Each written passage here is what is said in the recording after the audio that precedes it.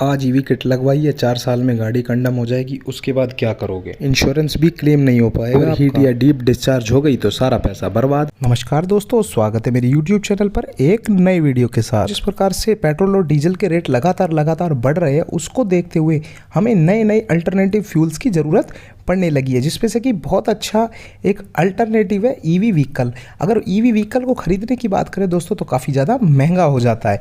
इस प्रकार से ईवी की जो कन्वर्जन किट है वो लगाना थोड़ा फ़ायदे का सौदा होगा। तो मैं आज की इस वीडियो पे वे पॉइंट डिस्कस करूँगा जो कि हमें अगर ईवी कन्वर्जन किट लगवानी है तो उन पॉइंट्स का विशेष तौर पर ध्यान रखना है। दोस्तों आपने इन 5 पॉइंट्स का अच्छे से ख्याल नहीं रखा और अपनी गाड़ी में ईवी कन्वर्जन किट लगवा ली तो आपको बहुत ही ज़्यादा बड़ी समस्या का सामना करना पड़ सकता है। तो दोस्तों 5 पॉइंट में से जो नंबर 1 पॉइंट है वो इस प्रकार है। दोस्तों अगर मैं फर्स्ट पॉइंट की बात करूँ तो वो है एक अच्छी डोनर गाड़ी ढूंढना। यानी कि अगर आप किसी खटारा गाड़ी में ईवी कन्वर्जन किट लगवाना चाहते हैं तो ऐसा बिल्कुल भी मत करिए, ये आपकी लाइफ का सबसे ख़राब डिसीजन होने वाला है। आप अपनी जो एकदम अप टू डेट यानी कि कोई जंग या इस प्रकार की कोई डैमेज गाड़ी के अंदर कन्वर्जन किट नहीं लगवाइए, वो आपको अच्छे से जो है फ़ायदा नहीं देगी। तो दूसरे पॉइंट की अगर मैं बात करूँ तो वो है कि पावर की रिक्वायरमेंट्स को समझना।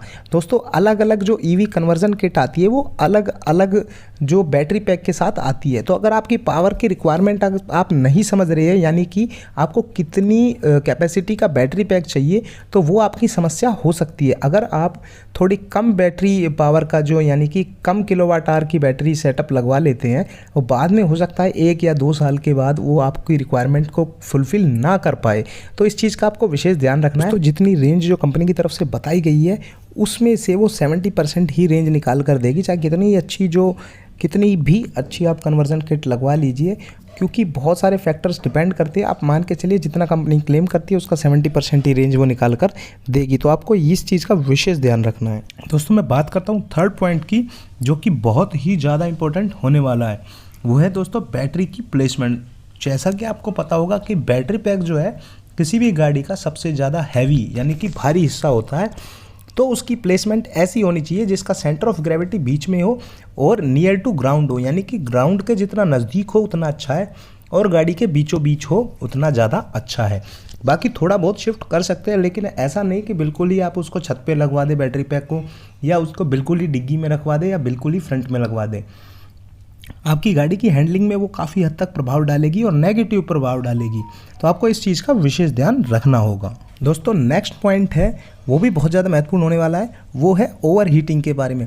क्योंकि इलेक्ट्रिक व्हीकल्स जो होते हैं दोस्तों, जैसे बैटरी हो गई, चाहे मोटर हो गई, चाहे और इलेक्ट्रॉनिक कंपोनेंट्स हो गए, वे सारे जो है हीट जनरेट करते हैं। तो आपको उस हीट से निपटने की पूरी तैयारी करनी होगी।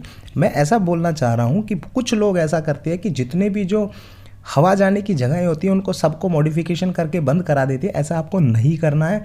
बैटरी पैक में प्रॉपर जो एयर वेंटिलेशन होनी चाहिए और जितने भी इलेक्ट्रॉनिक कंपोनेंट्स हैं उनके ऊपर भी एयर वेंटिलेशन अच्छे से होनी चाहिए, नहीं तो आपको लॉन्ग टर्म में बहुत बड़ी समस्या का सामना करना पड़ सकता है।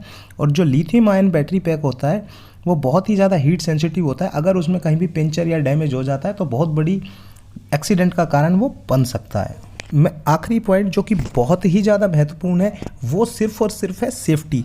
बहुत से लोग मैंने ऐसे देखे जो कि सबसे पहले वे सेफ्टी के साथ कॉम्प्रोमाइज़ करते हैं। अगर कहीं पे एमसीबी लगी हुई है तो उसको हटा के बाईपास कर देंगे, कोई सेंसर लगा हुआ है जो कि सेफ्टी के लिए, उसको हटा के उसको भी बाईपास कर देंगे। तो ऐसा आपको कभी भी नहीं करना है।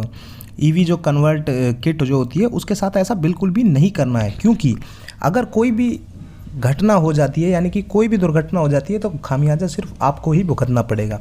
तो कोई भी आपको शॉर्टकट नहीं आजमाना है, सेफ्टी के साथ बिल्कुल भी कॉम्प्रोमाइज़ नहीं करना है, क्योंकि जो लिथियम आयन की बैटरी पैक होती है उसमें इतनी जल्दी आग लगती है। अगर वो चार्ज है तो उसमें इतनी जल्दी आग लगेगी तो ये आप उसको कंट्रोल नहीं कर पाओगे। दोस्तों उम्मीद करता हूँ मेरे द्वारा दी गई जानकारी आपको पसंद आई होगी। इसी तरह की इन्फॉर्मेटिव वीडियोस के लिए चैनल को सब्सक्राइब करके बेल के आइकन को जरूर दबा लीजिए। आज के लिए सिर्फ इतना ही। बहुत बहुत धन्यवाद।